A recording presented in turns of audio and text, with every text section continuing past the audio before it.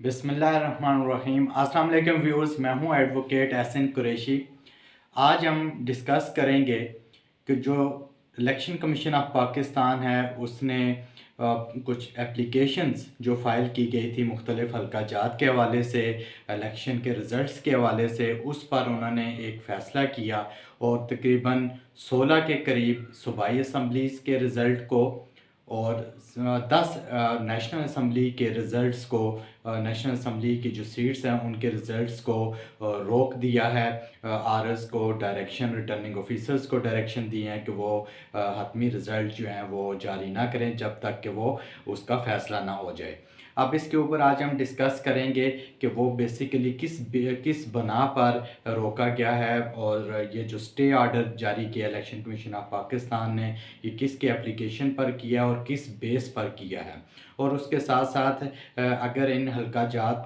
के अलावा जो तकरीबन 50 की नेशनल असम्बली की सीट्स हैं जिन पर पीटीआई के हमायत याफ्ता जो कैंडिडेट्स थे उन्होंने इलेक्शन रिज़ल्ट को, उस धांधली के अमल को चैलेंज किया है, अगर वो सीट्स रिवर्स हो जाती हैं, पीटीआई के हमायत याफ्ता कैंडिडेट्स अगर वहाँ से विनिंग करार पाते हैं तो फिर क्या सिचुएशन होगी। और इमरान खान साहब चूँकि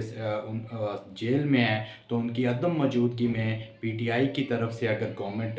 मरकज़ में बनाई जाती है तो फिर वज़ीर आज़म कौन होगा, उसका भी एक बड़ा नाम सामने आ रहा है, उसके ऊपर भी डिस्कस करेंगे। सो पहले ये डिस्कस कर लेते हैं कि ये जो 10 नेशनल असम्बली की सीट्स और 16 सूबाई असम्बली की सीट्स पर जो स्टे ऑर्डर जारी हुए ये क्या है। बेसिकली जैसा कि आप सबके इल्म में है कि इस 8 फरवरी का जो इलेक्शन था उसमें बहुत सारे कैंडिडेट्स की तरफ से ये इल्ज़ाम लगाया गया, ये एलिगेशन था कि जनाब जो फॉर्म 45 का रिज़ल्ट है उसके मुताबिक कैंडिडेट जीत रहे थे और फॉर्म 47 में जब रिज़ल्ट आया तो उसके मुताबिक उसमें गड़बड़ की गई, उसमें रद्द-बदल किया गया और जो जीता हुआ कैंडिडेट है उसको हरवा दिया गया। सो इस सिलसिले में फॉर्म 45 को लेकर जो पीटीआई के ज़्यादातर जो उम्मीदवार हैं हमारे याफ्ता वो इलेक्शन कमीशन में चले गए, ट्रिब्यूनल में चले गए और अराउंड 50s के जो नेशनल असम्बली के हल्के हैं और इसी तरह जो सूबाई असम्बलियों के भी हल्का जात हैं जहाँ रिज़ल्ट्स के ऊपर उन्हें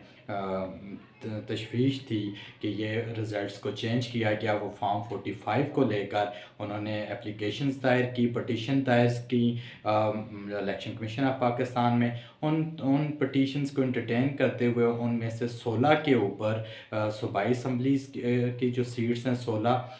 उनके ऊपर और 10 नेशनल असम्बली की जो सीट्स हैं उसके ऊपर उन्होंने स्टे ऑर्डर जारी किया है और जो रिटर्निंग ऑफिसर्स हैं कंसर्न उनको रोक दिया है कि वो जब तक इसका फ़ैसला ना हो जाए पटिशन का वो रिज़ल्ट अनाउंस ना करें। सो ये बहुत सारे जैसा कि मैंने फॉर्म 47 और 45 में जो डिफरेंस के हवाले से अपना लेक्चर ऑलरेडी रिकॉर्ड डिटेल में किया है उसको मेरे चैनल की प्लेलिस्ट में जाकर सुना जा सकता है कि इन दोनों फॉर्म्स में फ़र्क है और इसके अलावा कौन कौन से जो इम्पोर्टेंट फॉर्म्स थे, फॉर्म 46 हो गया, 48 और 49 जिसका इलेक्शन प्रोसेस में बहुत अमल दखल होता है इन फॉर्म्स का, उसके ऊपर भी डिटेल लेक्चर मैंने रिकॉर्ड किया है। सो जो प्राइम मिनिस्टर के लिए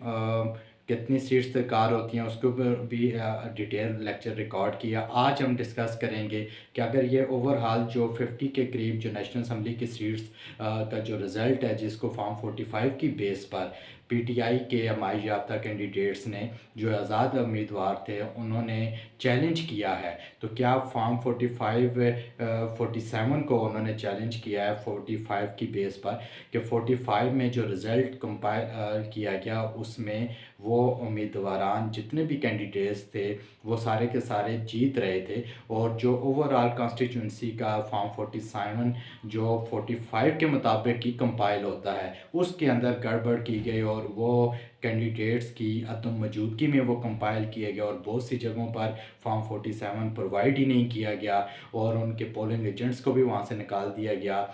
जो उनके अथोराइज्ड एजेंट थे कैंडिडेट्स के उनको भी वहाँ उनकी मौजूदगी में भी जो है वो फॉर्म फिल नहीं किया गया, जो कि आर्टिकल जो सेक्शन 92 है इलेक्शन एक्ट का 2017 का उसकी ग्रेव वायलेशन है, चूँकि उसके सेक्शन 92 के मुताबिक ये मैंडेटरी प्रोविज़न ऑफ लॉ है और ये कंपलसरी है जो रिटर्निंग ऑफिसर है कि कैंडिडेट्स की मौजूदगी में या उनके ऑथराइज्ड नुमाइंदों की मौजूदगी में जो है वो कंपाइल होना चाहिए। सो इनको लेकर वो इलेक्शन कमीशन में गए हैं, जिनमें से 16 सूबाई असम्बली पर उन्होंने स्टे आर्डर जारी किया और 10 नेशनल असम्बली की सीट्स पर। अगर ये और ओवरऑल 50 के करीब अगर वो उन पर भी रिज़ल्ट अगर रिवर्स हो जाता है तो फिर पीटीआई को जो 150 के राउंड अबाउट इनकी जो सीट्स हैं जनरल सीट्स हो जाएंगे और वुमेन की जो 60 सीट्स हैं कौमी असम्बली के, उनमें से 25 के अराउंड अबाउट 25-30 के दरमियान को अगर सीट्स रिज़र्व सीट्स वो लेने में वुमेन की कामयाब हो जाते हैं तो फिर उनको जो फिगर है 169 का उसको वो क्रॉस कर जाएंगे और फिर उनको प्राइम मिनिस्टर या गवर्नमेंट फॉर्म करने के लिए किसी दूसरी जमात की ज़रूरत नहीं पड़ेगी। ताहम जो